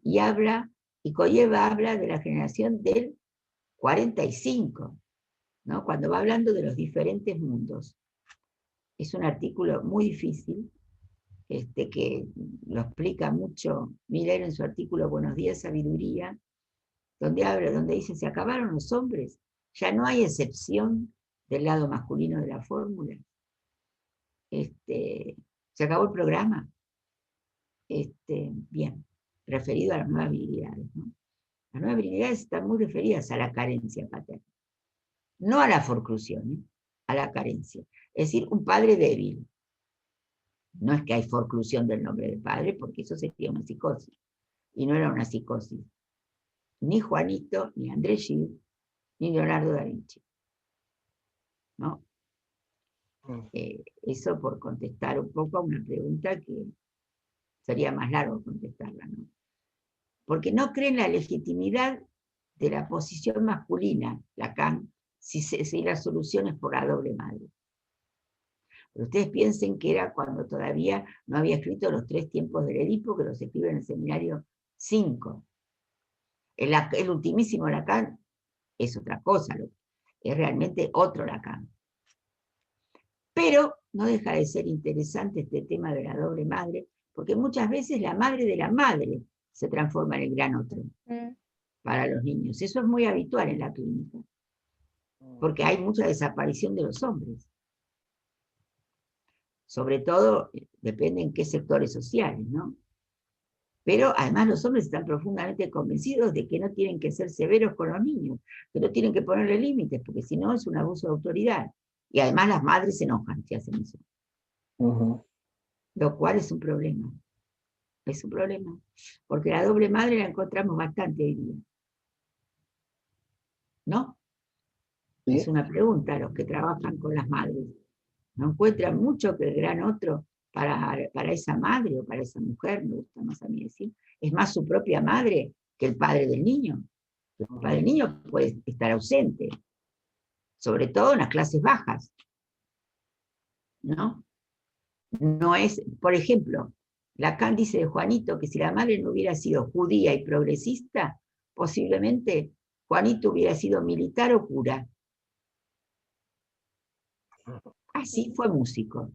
Pero la verdad es que Juanito, si uno no encuentra a Juanito, después hay una historia de Juanito cuando fue grande. Pero yo ya en esas historias no me intereso tanto porque no les creo mucho. Es mejor tomar lo que dijo de Juanito Lacan. El padre era músico, ya el padre era músico. Mónica, ¿te puedo leer algunas preguntas más que están en el chat? Sí, cómo no. Yo me entusiasmo. Bueno, acá preguntan si podías explicar goce continuo y discontinuo. Bueno, a ver, el goce femenino, incluso el orgasmo, está en todo el cuerpo. O sea, si uno tuviera que hacer una curva, sería una curva continua con onditas, mientras que el goce masculino llega a un y cae, ¿no? Entonces en ese sentido es discontinuo. Y ancor se llama así por eso. Es como si las mujeres todavía le dijeran a los hombres, aún, más, todavía, ancor, ¿no? Es decir, que la cosa no se termina en el goce del órgano. Para lo cual los hombres se les hace un poco de lío también, ¿no? Porque si gozan solo del órgano, no van a satisfacer a una mujer de las que le interese el goce, ¿no? Porque a otras les interesa ser deseadas, entonces no les interesa tanto poner el cuerpo ahí. Basta con que ellos la pasen bien y ellas ya se encuentran tranquilas porque son deseadas. El asunto es cuando las mujeres también la quieren pasar bien. Por otra parte, del goce femenino, Lacan dice que las mujeres no tenemos que hablar mucho. Y que las mujeres psicoanalistas tampoco han hablado mucho del goce femenino. Dice, y eso las pocas que lo sienten. También es duro con las mujeres. Porque la frigidez, si la tomamos como que ocurre algunas veces, es generalizada en las mujeres. Porque el orgasmo no es algo que está presente todas las veces, ni debería tener que estarlo. Pero cuando una mujer pone su cuerpo al goce, es su cuerpo todo el que pone en el goce. Y en eso su goce es continuo. Mientras que el orgasmo masculino es bien como una curva que sube, sube y cae, ¿no? Es la detumescencia. El hombre puede contener eso, algunos, o puede seguir adelante después de eso, algunos. Y si algunas quieren. Eso es uno por uno y una por una. Pero se entiende bastante qué es el goce continuo y qué es el goce discontinuo. El goce femenino es absolutamente continuo. Y cuando los hombres van y se ocupan solo de su órgano, las mujeres se enojan bastante. Tienen razón, en ese punto tienen razón, hay que decir. Porque son mujeres que sí les interesa gozar. Y se sienten A veces las mujeres dicen, pues las mujeres se expresan como pueden, ¿no? Depende también la cultura que tengan, la clase social a la que pertenezcan. Pueden decir que se sienten tratadas como un objeto, o usadas. El objeto también está del lado femenino de la fórmula, pero para completar la fórmula del fantasma, porque el S tachado está del lado masculino. Y esa es la fórmula del fantasma. Pero esto de la mujer como objeto para un hombre, y sí, si el hombre se ocupa solo de su goce, del goce del órgano, y no va a satisfacer a una mujer que esté en posición femenina.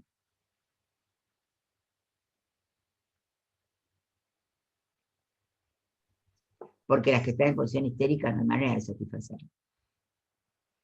El deseo es insatisfecho por definición. El ancor, el aún todavía, es el pedido del goce suplementario de las mujeres. Por eso se llama así ese seminario. Y no fue dictado en cualquier momento ese seminario. Ese seminario es del año 73-74. Y ustedes piensen que, o 72-73, piensen que es el momento del movimiento de liberación femenina. Y por eso cuando hablo a veces con feministas, yo les digo que se confunden, que pelean con el primer Lacan, porque el último es feminista, y no solo es feminista, es femenino. Femenino en el sentido de que el régimen del goce es no todo, y por ende es femenino. Entonces no es posible pelearse con el ultimísimo Lacan. Es algo que ahora está trabajando mucho Miller, en este preciso instante empezó a escribir sobre eso. En la pelea con Paul Preciado, que ya venía teniendo pelea, su modo de decir, ¿no? En la discusión con Paul Preciado, que ya venía teniendo Eric Laurent. Ahora la está teniendo también Jacques Miller, que se va a ocupar, y dijo que este era el año de ocuparse del transexualismo. Bueno, da para mucho el tema, como ustedes verán. Da para mucho. Porque me ha tocado hablar en un congreso de diversidad sexual, hablar en La Plata ante un grupo de feministas a ultranza, y bueno, he encontrado esta vía, porque yo de verdad creo que eso, la crítica el propio Miller fue a hablar al Senado francés, eso está en el libro Transformaciones, y es imperdible lo que dice Miller en el Senado francés. Él pidió ser invitado cuando se discutía el matrimonio homosexual, que debo decir que fue después que el nuestro. Ellos tenían el pacto de unión civil, pero no tenían el matrimonio homosexual. Nosotros llegamos primero a eso. Y entonces Miller pide ser invitado al Senado. No sé por qué nosotros no hacemos eso más seguido. Lo invitaron. Los otros lacanianos, los que se quedaron en el nombre del padre, no estaban a favor del matrimonio homosexual. Miller dice, yo siempre supuse que los homosexuales gozaban más. Y que los homosexuales de antes, de la época de Genet o de Foucault, lo último que hubieran querido es casarse. Porque el matrimonio por ahí no es tan gozoso como el fuera del matrimonio. Lo dice un poco así irónicamente como habla Miller, dice, con el perdón de mi mujer que está en la sala. Nosotros pensábamos que gozaban más fuera del matrimonio, pero si se quieren casar, ¿qué objeción podríamos nosotros tener? Si desde que Lacan dijo que no hay relación sexual, ¿cómo podríamos nosotros decir cómo hay que gozar? Cada cual inventa el modo de arreglárselas con el no hay relación sexual. Como quiera, como pueda. Es una invención que va a tomar el nombre de Saint-Thome. Y yo escribí algo sobre esto, y el fin de análisis, que se llama Inventar el propio poema, y que va a salir en la próxima Lacaniana. Porque uno finalmente termina haciendo un poema, el fin de análisis, ¿no? ¿Por qué un poema? Porque el último Lacan recurre a la poesía, porque la poesía nunca es descifrable del todo, no es como otras ficciones. Somos un poema del cual podemos descifrar una parte, y de otra parte no sabremos nunca. No podremos hablar de eso. No se puede decir en el fin de análisis. Entonces cada uno tiene que inventar su manera de acceder al acto sexual, su santón y su propio poema. Uno por uno, una por una, une por une, si ustedes quieren.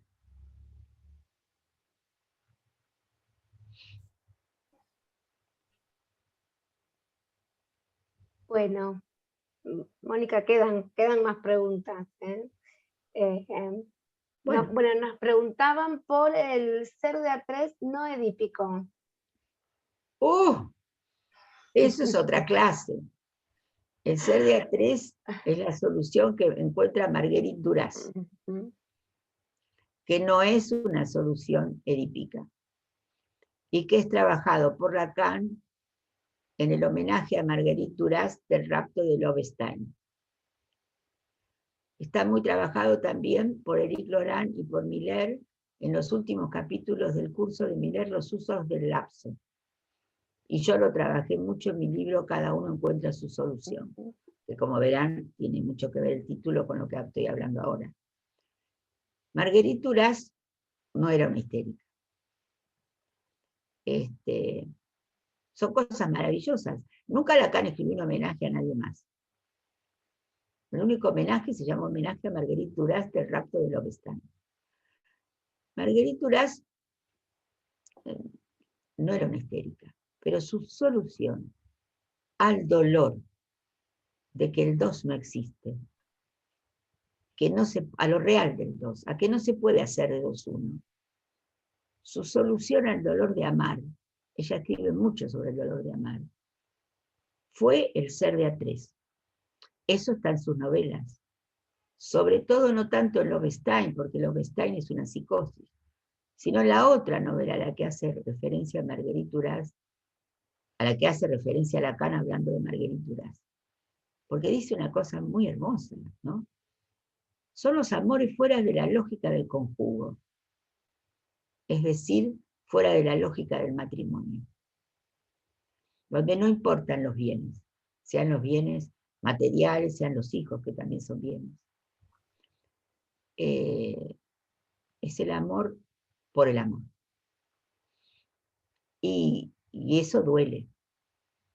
Hubo toda una conversación interesantísima entre Miller, Éric Laurent, y después llamaron a una mujer para ver qué decía, Catherine Lazarus Matet, sobre el ser de A3 de Marguerite Duras, que es precioso.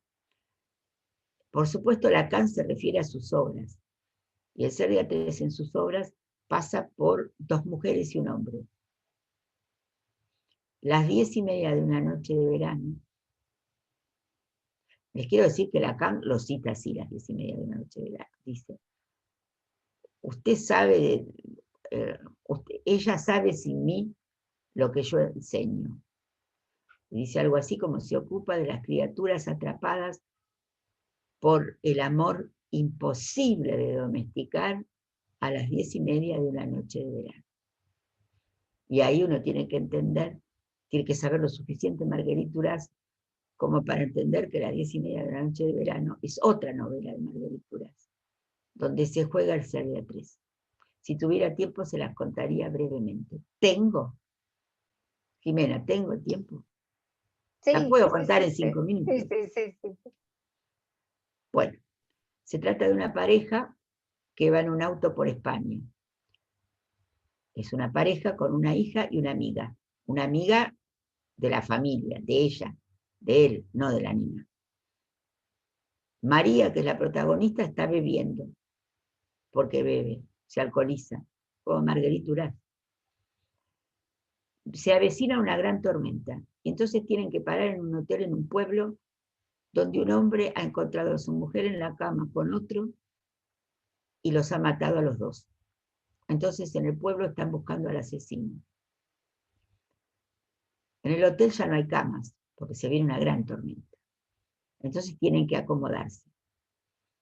Yo me lo imagino como esos pasillos de casas antiguas que tienen un lado y el otro. Me imagino como el primer piso de esas casas antiguas. Y en el medio está el patio o hay un agujero, que es el primer piso. Cada cual se lo imagina como se lo imagina. Pero la cuestión es que el marido queda durmiendo con la amiga de un lado y ella queda durmiendo con la hija y la botella del otro lado. A las 10:30 de esa noche de verano, un rayo ilumina la escena y María ve de una sola mirada en el tejado al asesino y en el pasillo de enfrente a su marido besando al amigo. Entonces ahí tiene que tomar, ahí tenemos un triángulo, ¿verdad?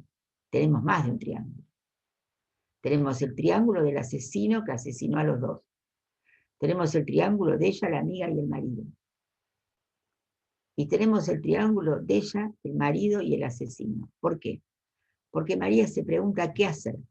Si entregarse a la botella del todo, si correr a reprocharle al marido y a la amiga, o si intentar salvar al asesino. Y decide intentar salvar al asesino. Sale corriendo en la noche, pero no, la madrugada ya es, no llega a tiempo. Para cuando llega, el marido va detrás de ella. Para cuando llega al asesino ya lo han matado, la policía. Ella toma partido por el asesino. Más allá del alcohol y más allá de su matrimonio. Ahí tenemos el ser de A3 que no es edípico. Por otra parte, en la vida amorosa de Marguerite Duras, que Lacan conocía bien y a la que no hace referencia, era más bien de dos hombres y una mujer que era ella. De hecho, ella estaba casada con Robert Antel cuando fue la guerra y lo encontró junto con François Mitterrand en una pila de cadáveres, estaba vivo, lo llevó a su casa, lo alimentó. Mientras tanto ella estaba saliendo con Dionís Mascolo, que es el padre de su único hijo, y que era íntimo amigo de Robert Antel. Y lo cuidaron entre los dos, hasta que Robert Antel estuvo bien. Entonces el ser de A3 era una solución en la vida de Marguerite Duras. Pero Lacan no hace referencia a su vida, sino a su obra. También está el triángulo en Lobstein. Y lo que me gusta es que Catherine Lazarus-Batet trajo a cuento un verso de Apollinaire que dice, je me dé, que es yo me dos. Y sería un juego de palabras que podría querer decir, yo me duelo del dos. Y como me duelo de que el dos no es posible, invento el ser de A3. Porque duele que el dos no sea posible. ¿Qué enamorado no quiere hacer de dos uno? Sobre eso también he escrito. Lo he dicho muy brevemente, pero creo que es una respuesta. Y creo que se entiende por qué ese ser de A3 no es edípico. No tiene nada que ver con el padre. Tiene que ver con el dolor de amar.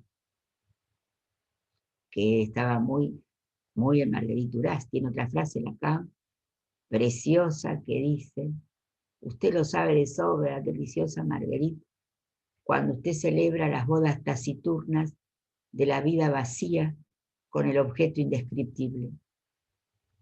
Me gusta tanto que lo sé de memoria. Las bodas taciturnas de la vida vacía con el objeto indescriptible. O sea, es un texto de 1965 y está referido, por supuesto, al objeto A, ¿no? Y al vacío, a que el objeto no puede llenar ese vacío. Nada puede llenar ese vacío. Que después se transformará en agujero, ¿no? En el ultimísimo Lacan. En la topología.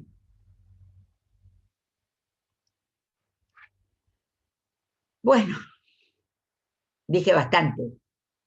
Sí. No sé cómo hice, pero les conté la novela y todo. Es que amo esta parte. Ahí realmente me gusta mucho Marguerite Duras. Muchísimo. Eso el amor la hizo salvarse del alcoholismo, que estuvo en un coma que parecía que no iba a salir. No se entiende cómo salió. Y su último amor era con un homosexual, pero tenía más de 80 años, ¿qué importaba que fuera homosexual? Él la cuidaba, la bañaba. Jean Andrea, que escribió un libro que se llama MD, que quiere decir Margarituras. Ella, por otra parte, lo incluyó en sus novelas como Jean Andrea Steiner. Ella utilizaba casi siempre los mismos nombres, o parecidos, para sus héroes en las novelas. También hay una tal Anne-Marie Strater, o algo así, en Lovestein. Bien. Ese es el ser de A3 que no es el hípico. Bueno, gracias. Queda otra pregunta acá de Bárbara, que pregunta si es la histérica entonces la que podría convertirse en toda madre. Qué buena pregunta. Me gustó mucho esa pregunta. Y sí, si está en una posición femenina no se va a convertir en toda madre, porque va a estar en una posición de mujer.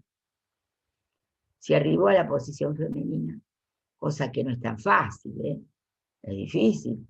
Jenny Lemoine escribió un libro que se llama Partage des Femmes, que quiere decir la partición de las mujeres. Hay que dividirse en pedacitos, decía ella. No es solo la división del sujeto.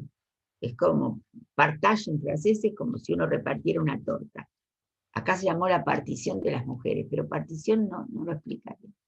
Un pedacito para ser mujer, otro pedacito para ser madre, otro pedacito para ser linda, otro pedacito para ser una exitosa profesional. No es fácil arribar a la posición femenina, sobre todo si uno quiere todas esas cosas.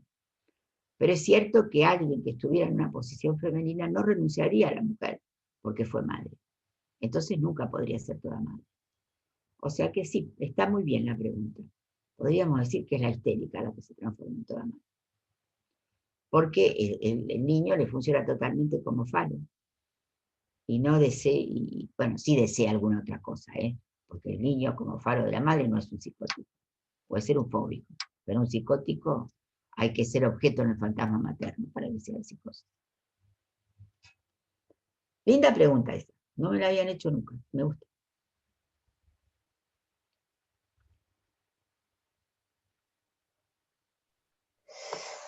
Bueno, después, Mónica, sabes que acá estuvieron diciendo que el texto que vos decías, Todos fóbicos, está en un caldero. Ay, muchas gracias. Por favor, que el que lo dijo te pase la data y que me la pases a mí, porque nunca sé en qué. Ayer me la pasé buscando ese texto que les digo, que leí en ese congreso, en 10 minutos. Fui al consultorio, lo busqué en mi casa, está en un caldero y nunca encontré el caldero. Así que este otro caldero encontrarlo, pero me puede decir qué número. Acá dicen que es un caldero online. Sí está aclarado que es algo que vos hablaste en las jornadas anuales de la escuela. Sí. Y Graciela. ¿Y el número, sabe qué número? No, Graciela Schnitzer puso este dato, no sé si... Ah, bueno, ya me contará ella. Pero dice que es un caldero online. Muy bien, muchas gracias. Así, bueno. Nunca sé dónde está ese texto. Yo lo tengo, por supuesto. Pero no sabía si estaba publicado. Lo pueden buscar online, entonces. Faltaría la data de qué caldero, pero lo van a encontrar en internet, supongo, ¿no? Si está online, sí. Ponen el caldero, todos fóbicos, y lo encuentran. O todo el mundo es fóbico, no me acuerdo exactamente cómo se llama. Todos fóbicos, sí.